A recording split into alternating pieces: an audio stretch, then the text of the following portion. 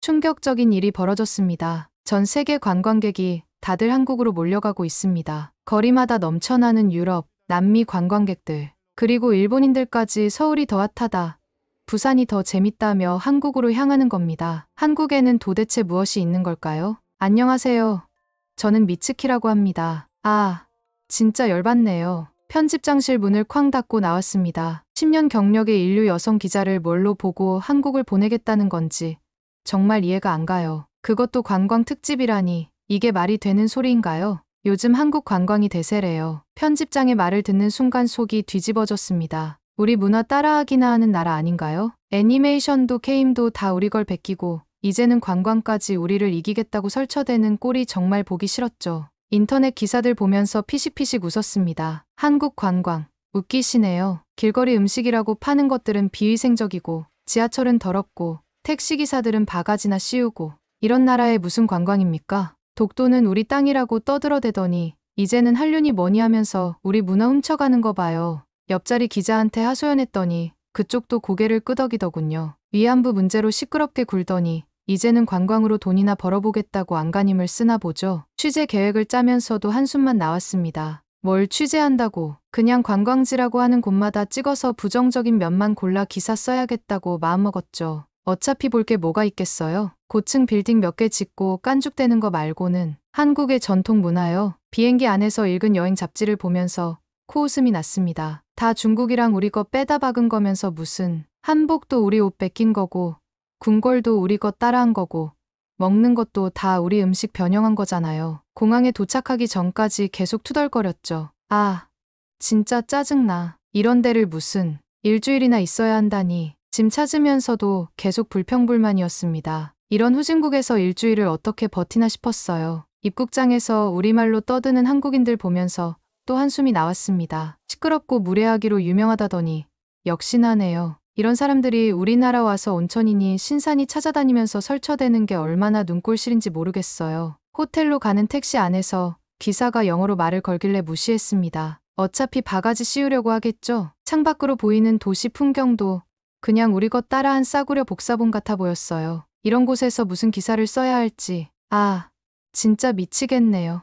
호텔 방에 던져질 듯이 들어와서 침대에 누웠습니다. 내일부터 시작될 취재가 벌써부터 짜증났어요. 뭐 어떻게든 될 거예요. 어차피 부정적인 기사 쓰면 우리 독자들 좋아할 테니까요. 저녁 먹으러 나가기도 귀찮았습니다. 룸서비스나 시켜 먹어야겠다고 생각했죠. 한국 음식? 그냥 매운맛의 길거리 음식이나 파는 나라 아닌가요? 우리 음식 문화를 이해나 할까 싶었습니다. 창밖으로 보이는 서울 야경도 그냥 그래 보였어요. LED 간판 몇 개 더 붙였다고 야경이라고 하나 보죠. 우리 도쿄와는 비교도 안 되는 수준이잖아요. 내일부터 어떻게 시간을 때워야 할지 걱정되네요.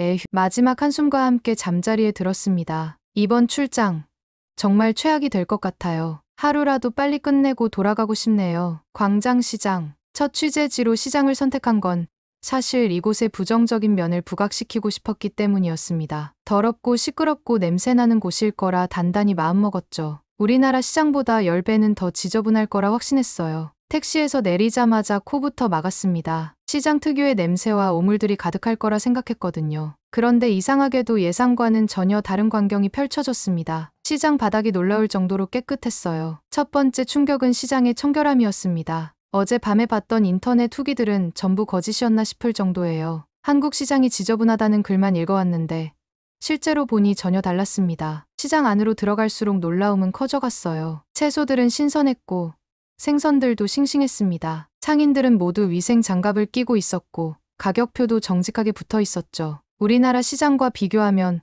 오히려 더 체계적으로 느껴질 정도였습니다. 특히 놀라웠던 건 가격이었어요. 참치의 가격이 우리나라의 3분의 1도 안 됐습니다. 품질은 똑같은데 말이죠. 거기다 상인들은 흥정도 없이 정직한 가격을 제시했고 오히려 서비스를 더 챙겨주려 했어요. 점심시간이 되자 외국인들로 시장이 북적이기 시작했습니다. 프랑스인, 미국인, 우리나라 관광객들까지 다들 열심히 사진을 찍고 음식을 즐기고 있었어요. 그들의 표정을 보니 결코 실망한 기색이 아니었습니다. 처음 맛본 빈대떡의 맛은 충격적이었어요. 겉은 바삭하고 속은 부드러운 이 맛은 분명 어디서도 베낀 게 아닌 고유한 것이었습니다. 우리나라 음식과는 전혀 다른 맛이었죠. 이건 확실히 중국이나 일본 음식을 따라한 게 아니었어요. 시장 구석구석을 돌아다니면서 계속 메모를 했습니다. 청결한 환경, 친절한 상인들, 합리적인 가격, 다양한 음식. 아무리 봐도 부정적인 면을 찾기가 힘들었어요. 오히려 우리가 배워야 할 점들이 보이기 시작했습니다. 처음에는 경계했던 제 모습이 부끄러워지기 시작했어요. 이렇게 정이 넘치고 체계적인 시장을 어떻게 나쁘게만 보려고 했을까요? 상인들의 친근한 미소, 맛있는 음식들, 깨끗한 환경, 모든 게 제 편견을 무너뜨렸습니다. 오후가 되어서야 시장을 빠져나왔어요. 취재 방향을 완전히 수정해야 할 것 같았습니다. 부정적인 기사를 쓰려고 왔는데 이걸 어떻게 나쁘게 쓸 수 있을까요? 양심이 허락하지 않을 것 같았어요. 입안에는 여전히 빈대떡과 순대, 떡볶이의 맛이 남아 있었습니다. 이런 음식들을 우리나라 것을 따라했다고 무시했다니 이제 보니 얼마나 어리석은 생각이었는지 깨달았어요. 호텔로 돌아가는 길, 많은 생각이 들었습니다. 어쩌면 제가 한국에 대해 잘못 알고 있었던 걸지도 모르겠어요. 내일은 또 어떤 새로운 모습을 발견하게 될지 처음으로 기대가 되기 시작했습니다. 광화문 광장으로 향하는 발걸음이 한결 가벼워졌습니다. 어제 광장시장에서 받은 충격이 아직도 생생했지만 오늘은 조금 다른 마음으로 취재를 시작하고 싶었어요. 광화문에 도착하자 정말 많은 외국인들이 눈에 띄었습니다. 처음엔 중국이나 동남아 관광객들만 있을 거라 생각했는데 유럽과 미국에서 온 관광객들도 상당히 많았어요. 그것도 단체 관광객이 아닌 개별 여행자들이 대부분이었죠. 궁금증이 생겼습니다. 왜 이렇게 많은 서양인들이 한국을 찾는 걸까요? 우리나라를 방문했던 서양 관광객들은 대부분 단체 관광이나 온천 투어가 전부였는데 취재를 위해 용기를 내어 그들에게 다가갔어요. 처음 만난 프랑스인 부부는 제 예상을 완전히 뒤집어 놓았습니다. 그들은 한 달 전 중국 여행을 마치고 한국에 왔다고 하더군요. 중국에서는 긴 입국 절차와 불친절한 서비스, 위생 문제로 고생했다고 해요. 그런데 한국은 완전히 달랐다고 합니다. 특히 인상 깊었던 건 독일에서 온 배낭 여행객의 이야기였어요. 아시아 일주 중이라는 그는 일본, 중국, 한국을 모두 방문했다고 하더군요. 일본은 너무 비싸고 관광객을 위한 인프라가 부족했다고 해요. 중국은 바가지 요금과 위생 문제가 심각했고, 그런데 한국은 적절한 가격에 최고의 서비스를 받을 수 있었다고 합니다. 미국인 가족도 만났습니다. 그들은 한국의 대중교통 시스템에 완전히 매료되었다고 하더군요. 지하철은 깨끗하고 정확했으며 버스는 실시간 도착 정보를 제공했고 택시는 정숙했다고 해요. 심지어 택시 기사가 분실된 지갑을 호텔까지 가져다 주었다는 놀라운 경험도 들려주었습니다. 영국에서 온 젊은 여행자들은 한국의 카페 문화를 극찬했어요. 24시간 영업하는 카페들, 독특한 디저트, 힙한 분위기, 이런 것들이 SNS에서 화제가 되어 찾아왔다고 합니다. 런던의 카페들과는 비교도 안 된다며 다음에 또 오고 싶다고 하더군요. 호주에서 온 중년 부부는 한국의 음식 문화에 완전히 빠져 있었습니다. 길거리 음식부터 미쉐린 스타 레스토랑까지 모든 가격대에서 훌륭한 맛을 경험할 수 있다고 해요. 특히 위생 상태가 철저하게 관리되는 점이 인상적이었다고 합니다. 이탈리아 관광객들의 이야기는 더욱 충격적이었어요. 로마나 밀라노보다 서울이 더 안전하고 깨끗하다고 하더군요. 밤늦게도 혼자 돌아다닐 수 있고 길거리에 쓰레기 하나 없는 것이 신기했다고 합니다. 캐나다에서 온 학생들은 한국의 문화 콘텐츠에 매료되어 왔다고 해요. K-팝과 드라마를 보고 한국어를 독학했다는데 실제로 와보니 예상보다 훨씬 더 현대적이고 열린 문화였다고 합니다. 취재를 하면 할수록 부끄러워졌습니다. 우리나라 언론에서는 한국을 얕보는 기사만 쓰고 있었는데 정작 세계인들의 평가는 이렇게 달랐다니요. 관광객들의 증언을 들으면서 제 마음속에는 질투 같은 게 생겼어요. 특히 충격적이었던 건 많은 외국인들이 일본보다 한국을 더 추천한다는 거였습니다. 물가는 더 저렴한데 서비스의 질은 비슷하거나 더 좋다고 해요. 거기다 더 친근하고 개방적인 문화 덕분에 현지인들과 교류하기도 쉽다고 하더군요. 해가 저물 때까지 다양한 국적의 관광객들을 만났습니다. 그들의 이야기를 들으면서 제 안의 편견이 하나둘 무너져 내렸어요. 어쩌면 우리나라가 관광 서비스에 대해 한국에서 배워야 할 게 많은 건 아닐까. 그런 생각이 들기 시작했습니다. 호텔로 돌아오는 길에 오늘 들은 이야기들을 정리해보았어요. 깨끗한 도시,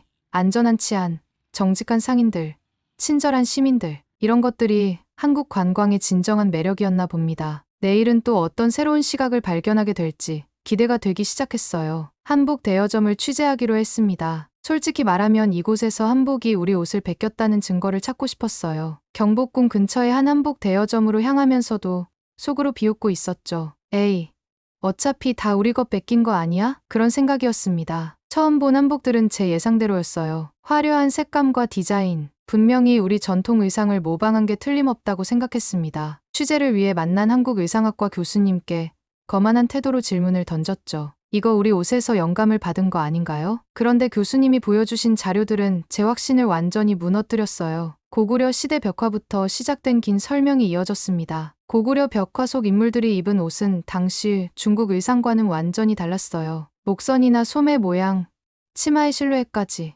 이미 그때부터 독자적인 특징을 가지고 있었더군요. 더 놀라웠던 건 통일신라 시대의 의복이었습니다. 석굴암의 조각상들이 입은 옷에서 이미 현재 한복의 원형이 보였어요. 당시 당나라 의복과는 확연히 다른 형태였죠. 고려시대 불화에 그려진 귀족들의 옷도 마찬가지였고요. 조선시대 초상화들을 보면서 제 무지가 부끄러워졌습니다. 수백 년에 걸친 한복의 변천사가 고스란히 담겨 있었어요. 특히 충격적이었던 건 일본 에도 시대 이전부터 한복은 이미 완성된 형태를 갖추고 있었다는 사실이었습니다. 한복 제작 과정도 지켜보았어요. 우리나라 기모노와는 전혀 다른 재단법과 바느질 방식을 사용하더군요. 한복은 인체의 곡선을 자연스럽게 살리는 방식으로 제작된다고 합니다. 기모노가 직선적이고 평면적이라면 한복은 입체적이고 유동적인 실루엣을 강조한다고 해요. 색채 선택에도 독특한 철학이 있었습니다. 음양오행을 바탕으로 한 전통적인 배색 원리를 지금까지도 계승하고 있더군요. 계절과 연령,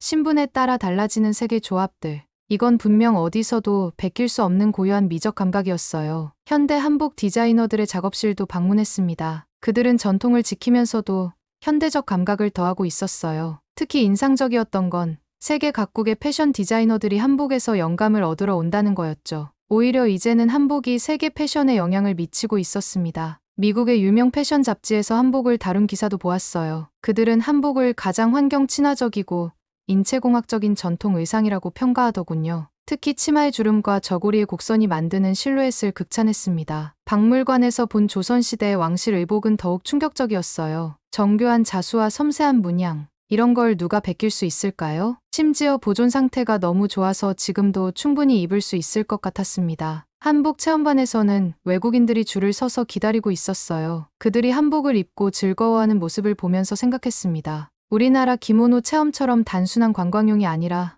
진정으로 한국의 미를 이해하고 싶어하는 것 같았어요. 특히 인상적이었던 건 젊은 세대들의 한복 사랑이었습니다. 전통 한복을 현대적으로 재해석한 생활 한복을 입고 일상을 즐기는 청년들이 많더군요. 이건 분명 우리나라에서는 볼 수 없는 광경이었어요. 취재를 마치고 호텔로 돌아오는 길에 깊은 반성이 밀려왔습니다. 얼마나 오만했었나요? 다른 나라의 문화를 제대로 알아보지도 않고 무시했던 제 자신이 부끄러웠어요. 한복은 단순한 옷이 아닌 한국의 역사와 철학이 담긴 문화유산이었습니다. 노트북을 펼쳐 지금까지 써놓은 기사 초안을 전부 삭제했어요. 이제는 진실을 써야겠다고 결심했습니다. 한복의 진정한 가치, 그리고 제가 깨달은 문화의 다양성과 고유성에 대해 이렇게 시작된 저의 변화는 계속될 것 같았어요. 오늘은 취재 없이 혼자만의 시간을 가지기로 했습니다. 지난 며칠간의 경험이 너무 강렬해서 정리할 시간이 필요했어요. 호텔 근처 카페에 앉아 지금까지 쓴 취재 노트를 하나하나 다시 읽어보았습니다. 첫날 쓴 메모들이 부끄러웠어요. 시끄럽고 무질서한 나라, 문화도 없는 곳, 위생 상태 최악일 것. 이런 편견으로 가득했던 제 생각들이 낯설게 느껴졌습니다. 도대체 언제부터 이런 선입견을 가지게 된 걸까요? 우리 신문사에서 써온 한국 관련 기사들도 다시 찾아보았어요. 대부분이 부정적인 내용이었습니다. 한국의 발전상은 전혀 다루지 않고 항상 부족한 점이나 단점만 부각시켰죠. 기자로서 저는 얼마나 균형 잡힌 시각을 가지고 있었을까요? 창밖으로 보이는 서울 거리를 바라보았습니다. 깨끗하게 정돈된 거리, 질서 있게 움직이는 사람들, 곳곳에 있는 첨단 시설들. 이런 것들을 왜 그동안 보지 못했을까요? 아니, 보지 않으려 했던 건 아닐까요? 지하철을 타고 이리저리 돌아다녀 보기로 했어요. 우리나라 지하철과 비교하면서 보니 더 놀라운 점들이 보였습니다. 모든 역에 설치된 스크린도어, 실시간 도착 정보, 무료 와이파이, 심지어 지하철 화장실은 호텔보다 깨끗했어요. 점심은 길거리 포장마차에서 해결했습니다. 처음에는 꺼려졌지만 용기를 내어 들어가 보니 깜짝 놀랐어요. 위생 장갑을 끼고 음식을 만드는 상인, 정갈하게 차려진 식기들, 정직한 가격. 우리나라 포장마차와는 비교할 수 없을 정도였죠. 오후에는 한강공원에 가보았습니다. 시민들이 자유롭게 즐기는 모습이 인상적이었어요. 피크닉을 즐기는 가족들, 자전거를 타는 연인들, 버스킹을 하는 청년들. 이런 모습은 우리나라에서는 보기 힘들었죠. 서점에 들러 한국 관련 해외 서적들도 찾아보았어요. 영국, 프랑스, 독일, 주요 선진국들의 평가가 제 생각과는 완전히 달랐습니다. 그들은 한국을 문화 강국,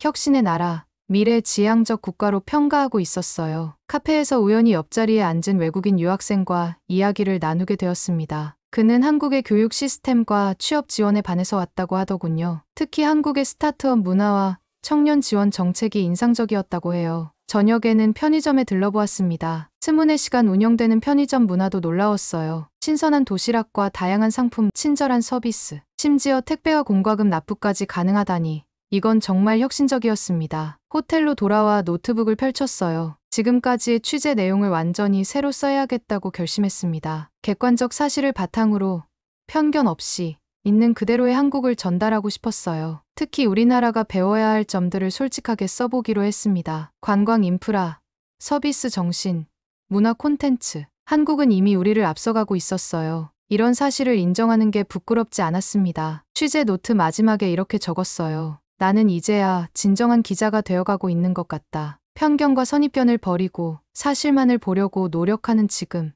이것이 진정한 언론인의 자세가 아닐까?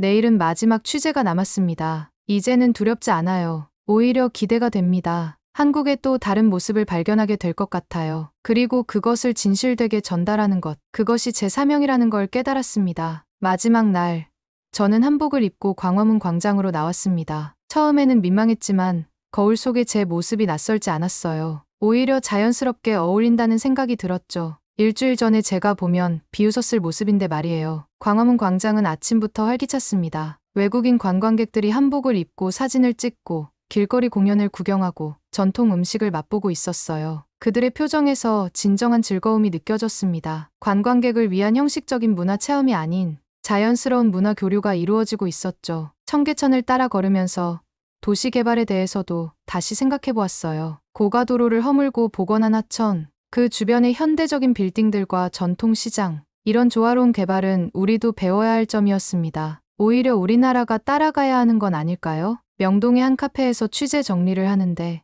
옆자리에 프랑스 관광객들이 흥미로운 대화를 나누고 있었어요. 파리의 샹젤리제보다 명동이 더 활기차고 재미있다고. 처음에는 그게 무슨 말도 안 되는 소리인가 했는데 이제는 이해가 됐습니다. 이태원에서 점심을 먹으면서 또 한 번 놀랐어요. 다양한 국적의 사람들이 자연스럽게 어울리며 각국의 음식을 즐기고 있었죠. 우리나라의 국제적인 거리라고 자부하는 곳들과는 차원이 달랐습니다. 진정한 문화의 용광로를 보는 것 같았어요. 오후에는 강남으로 가보았습니다. 최첨단 빌딩들 사이로 젊은이들의 열정이 넘쳐났어요. 스타트업 회사들, IT 기업들, 연구소들. 이곳은 단순한 업무 지구가 아닌 미래를 만들어가는 젊은이들의 꿈의 무대였습니다. 삼성동 코엑스를 둘러보면서 더욱 놀랐어요. 지하철역과 직접 연결된 거대한 쇼핑몰과 문화시설. 우리나라의 비슷한 시설들과 비교하면 동선 설계부터 완전히 달랐습니다. 모든 것이 이용자 중심으로 설계되어 있었어요. 저녁은 홍대에서 보냈습니다. 거리 공연을 하는 청년들,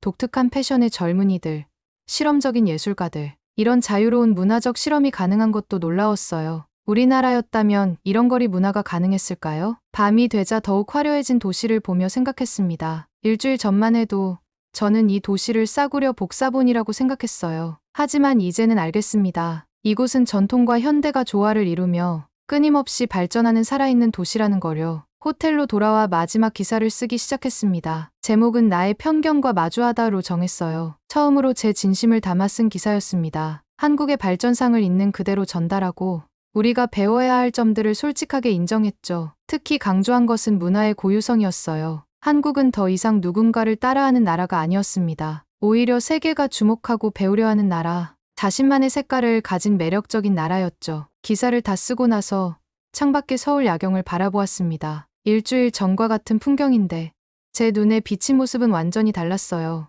이제는 이 빛나는 불빛 하나하나가 한국인들의 자부심과 열정으로 보였습니다. 짐을 싸면서 마지막 메모를 남겼어요. 난 이제 진정한 기자가 되어 돌아간다. 편견 없이 세상을 보는 법을 배웠으니까. 이 도시가 준 선물이다. 비행기 티켓을 보며 생각했습니다. 다음에는 개인적으로 다시 와야겠다고요. 아직 보지 못한 것들이 너무 많았거든요. 그리고 이번에는 진정한 여행자로서 열린 마음으로 이 나라를 다시 만나고 싶었습니다. 공항으로 가는 길, 마지막으로 본 서울의 모습은 빛나는 새벽 햇살 속의 도시였어요. 마치 제 미래처럼 밝고 희망찬 모습이었습니다. 이제 저는 달라진 시선으로 세상을 바라보는 새로운 기자로 거듭날 준비가 되어 있었어요.